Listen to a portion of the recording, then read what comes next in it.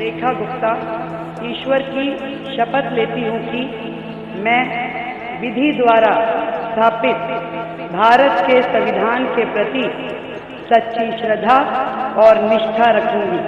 मैं मुख्यमंत्री के रूप में अपने कर्तव्यों का श्रद्धापूर्वक और शुद्ध अंतःकरण से निर्वहन करूंगी। आज दिल्ली के चुनाव के नतीजे आए हैं और जनता का जो भी निर्णय है, जनता का जो भी फैसला है, उसे हम पूरी विनम्रता के साथ स्वीकार करते हैं। सोचिए, एक पार्टी जो 10 साल तक दिल्ली पर राज करती रही, जिसे लोगों का पूरा भरोसा था, जो बिजली पानी फ्री करती थी, जिसे काम की राजनीति का चैंपियन माना जाता था, आज वही पार्टी हार चुकी है। क्या सच में आम आदमी पार्टी की पॉपुलैरिटी गिर गई थी, या फिर बीजेपी ने एक ऐसा मास्टर स्ट्रोक मारा जो किसी ने भी सोचा नहीं था? इस वीडियो में हर एक चीज का पोस्टमार्टम करेंगे। आम आदमी पार्टी की हार का असली रीजन, बीजेपी के डर्टी पॉलिटिक्स और वो छुपी हुई बातें जो मीडिया आप तक कभी नहीं पहुंचाने देगा। आम आदमी पार्टी ने 10 साल तक दिल्ली पे कैसे राज किया?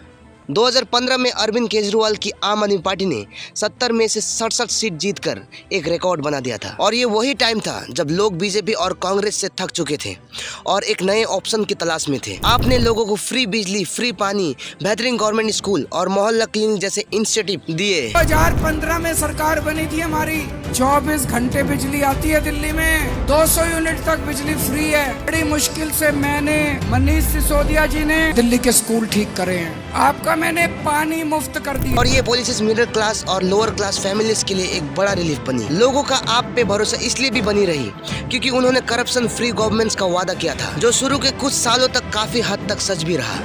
10 साल बाद लोग क्यों उब गए आपसे? पॉलिटिक्स का एक असूल है, लोग एक पार्टी से एक लिमिट तक ही खुश रह सकते हैं। 10 साल कोई भी सरकार चलाने के बाद एंटी इनकम्बेंसी का इफेक्ट दिखने लगता है। केजरीवाल सरकार ने अच्छा काम किया, लेकिन हर चीज परफेक्ट नहीं थी। पिछले कुछ सालों में दिल्ली की ट्रैफिक प्रॉब्लम्स, पोल्यूशन और वाटर क्राइसिस जैसे इश्यूज पर उतना काम नहीं हुआ जितना लोग एक्सपेक्ट कर रहे थे। और जब लोग किसी पार्टी से डिसअपॉइंट होते हैं तो वो नेचुरली दूसरे ऑप्शन की तरफ देखने लगते हैं, और बीजेपी ने इस मौका का पूरा फायदा उठाया।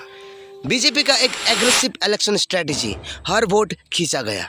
बीजेपी ने इस बार चुनाव जीतने के लिए एक अलग स्ट्रेटेजी अडॉप्ट की। पहले उनका फोकस सिर्फ हिंदू मुस्लिम पोलराइजेशन पे होता था, लेकिन इस बार उन्होंने डेवलपमेंट और गवर्नमेंट्स का नया नैरेटिव बनाया। पीएम मोदी और होम मिनिस्टर अमित शाह ने इस इलेक्शन को बीजेपी के लिए प्रेस्टीज बैटल बना दिया। उन्होंने केजरीवाल और आप पर डायरेक्ट अटैक किया और उनकी छवि को डैमेज करने की पूरी कोशिश की। और बीजेपी ने नया सीएम कैंडिडेट्स का फेस भी बदला। रेखा गुप्ता, जिनको आगे लाया गया, जो एक फ्रेश फेस थी और जिसकी वजह से लोगों को लगता था कि बीजेपी सिर्फ मोदी के नाम पे वोट नहीं मांग रही है, बल्कि नए लीडरशिप ऑप्शन भी दे रही है। आपके ऊपर करप्शन के आरोप। 2020 के बाद आम आदमी पार्टी पर करप्शन के कई केस बने। Liquor policy scam, advertising scam और पॉलिटिकल फंडिंग स्कैम, जिसके कारण से आपकी इमेज को काफी डैमेज कर दिया। और बीजेपी ने इस अपॉर्चुनिटी को पूरा यूज किया और केजरीवाल को डायरेक्ट टारगेट बनाया।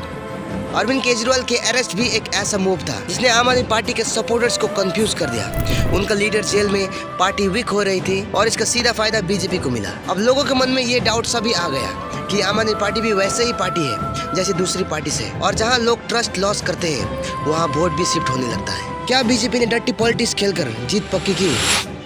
इलेक्शन के दौरान बीजेपी ने आम आदमी पार्टी के अगेंस्ट फेक न्यूज और मिस इन्फॉर्मेशन का पूरा जुगाड़ किया। सोशल मीडिया पर पेड कैंपेन और आईटी सेल के जरिए आम आदमी पार्टी के स्कैम मॉडल दिखाया गया। यहाँ तक कहा गया कि आम आदमी पार्टी सिर्फ फ्री बाइस बांट रही है और दिल्ली को इकोनॉमिकली वीक बना रही है, जबकि असली डेटा कुछ और ही कहता था। ईडी और सीबीआई जैसे सेंट्रल एजेंसीज को पूरा यूज किया गया आम आदमी पार्टी के लीडर्स को प्रेशराइज करने के लिए। अगर हम देखें तो आम आदमी पार्टी के कई बड़े लीडर्स या तो अरेस्ट हो गए हैं या फिर कोई केस में फंसे हुए, जो उनकी पॉलिटिकल स्ट्रेंथ को वीकन कर रहा था। चुनाव के दौरान आपकी रैलीज और कैंपेन को भी काफी बार डिसरप्ट किया गया, जबकि बीजेपी की रैलीज फुल फोर्स में चल रही थी। कांग्रेस का ऑलमोस्ट खत्म और बीजेपी को डायरेक्ट बेनिफिट। एक टाइम था जब कांग्रेस दिल्ली की शान थी। शीला दीक्षित जैसे लीडर्स ने दिल्ली को एक मॉडर्न सिटी बनाने का काम किया था, लेकिन 2013 के बाद कांग्रेस की प्रेजेंस ऑलमोस्ट जीरो हो गई और अब 2025 के चुनाव में भी कांग्रेस एक वीक प्लेयर बनकर रही, जिसका सीधा फायदा बीजेपी को मिला क्योंकि ट्रेडिशनल कांग्रेस वोट बैंक भी उन्हीं की तरफ शिफ्ट हो गया। दिल्ली जैसे शहर में बीजेपी का एक अलग स्ट्रेटेजी काम करता है, पोलराइजेशन। इलेक्शन के थोड़े ही दिन पहले बीजेपी ने कई हिंदू मुस्लिम मुद्दे उठाए, जैसे राम मंदिर इनॉग्रेशन का यूज किया और हिंदू इंटरेस्ट को सिक्योर करने का कमिटमेंट दिया। मेरी बात सुन, जो तेरा अल्तम नाम है ना, मुस्लिम नाम है, जो वो मुस्लिम नाम लिखा उसमें, ऐसा ना किसी को आपत्ति ना हो। रिजवान लिखवा दो, प्रोपराइटर लिखवा दो। प्रोपराइटर रिजवान। नाम असद अहमद लिख दो बस इस पे। ये गढ़वाल की जगह ना असद अहमद पनीर बन जाता। अभी सावन का महीना चल रहा है तो कल बिल्कुल बंद रखना दुकान खुलने नीचे कल। सब मुद्दा उनका फिक्स इलेक्शन फॉर्मूला है, लोगों के असली इश्यूज की जगह रिलीजन बेसिस इमोशन को भड़काकर वोट खींचना, और इस बार भी यही फॉर्मूला चल गया। अब मेन मुद्दा है आने वाले दौर में दिल्ली की राजनीति कैसी रहेगी। अब सबसे बड़ा सवाल ये है कि आम आदमी पार्टी वापस उठ पाएगी क्या? केजरीवाल फिर से लोगों का विश्वास जीत पाएंगे? क्योंकि आम आदमी पार्टी के लिए सबसे बड़ा चुनौती होगा अपने करप्शन एलिगेशन को क्लीन करना और एक नए स्ट्रेटेजी के साथ आना। बीजेपी की तरफ से अब ये टेस्ट होगा कि क्या उन्होंने चुनाव जीतने के लिए सिर्फ प्रॉमिस किए थे या फिर सच में दिल्ली की डेवलपमेंट पर काम करेंगे। दोस्तों, जो चीजें सबसे ज्यादा शॉक करने वाली थी इस इलेक्शन में वो ये नहीं थी कि बीजेपी की जीत हुई, बल्कि ये थी कि आम आदमी पार्टी की हार इतनी बुरी क्यों हुई। दिल्ली जिसे आम आदमी पार्टी का गढ़ माना जाता था, वहाँ बीजेपी ने सिर्फ जीत नहीं दिखाई बल्कि एक स्टेटमेंट भी दी कि अब दिल्ली भी उनका एजेंडा का हिस्सा है। 27 साल बाद बीजेपी ने दिल्ली की सीट अपने नाम लिखवा ली, और ये सिर्फ एक इलेक्शन नहीं था, ये एक साइकोलॉजिकल विन थी। इस जीत का इम्पैक्ट सिर्फ एक राज्य तक सीमित नहीं होगा, ये सिग्नल है कि बीजेपी हर लेवल पे अपने डोमिनेंस दिखाने के लिए रेडी है, चाहे वो स्टेट इलेक्शन हो या नेशनल। आम आदमी पार्टी की हार एक वेकअप कॉल है ऑपोजिशन के लिए कि सिर्फ गवर्नमेंट्स और फ्री स्कीम का वादा आपको जिता नहीं सकता अगर ग्राउंड लेवल पर आपका नैरेटिव वीक हो। और ये सिर्फ एक पॉलिटिकल गेम नहीं था, बीजेपी ने इस बार सब कुछ लगा दी थी।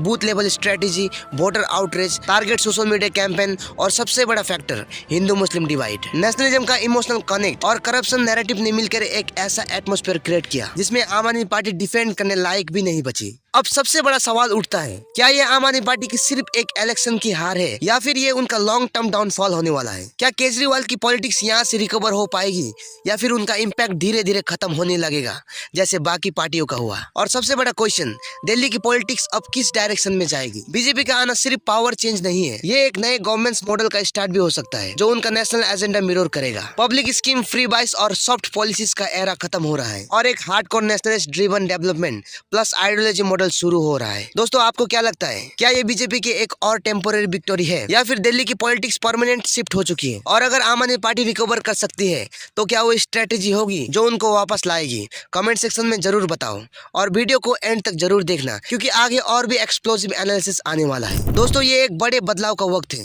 दिल्ली की राजनीति अब नए मोड़ पर है। आम आदमी पार्टी के लिए एक बड़ा सेटबैक है, लेकिन बीजेपी के लिए एक प्रूव करने का वक्त है कि उनका बदलाव का वादा सिर्फ एक इलेक्शन गिमिक नहीं है।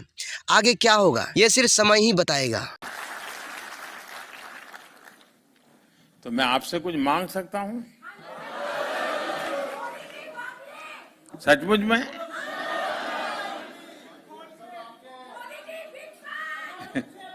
अब मैं मांगूंगा और आप मानेंगे नहीं तो? मानेंगे लेकिन अगर करेंगे नहीं तो? पक्का करेंगे। अगर आपको ये वीडियो पसंद आया हो तो लाइक करो, कमेंट करो, अपने विचार बताओ और चैनल को सब्सक्राइब जरूर करना। मिलते हैं अगले वीडियो में एक नए धमाकेदार एनालिसिस के साथ। बहुत बहुत धन्यवाद।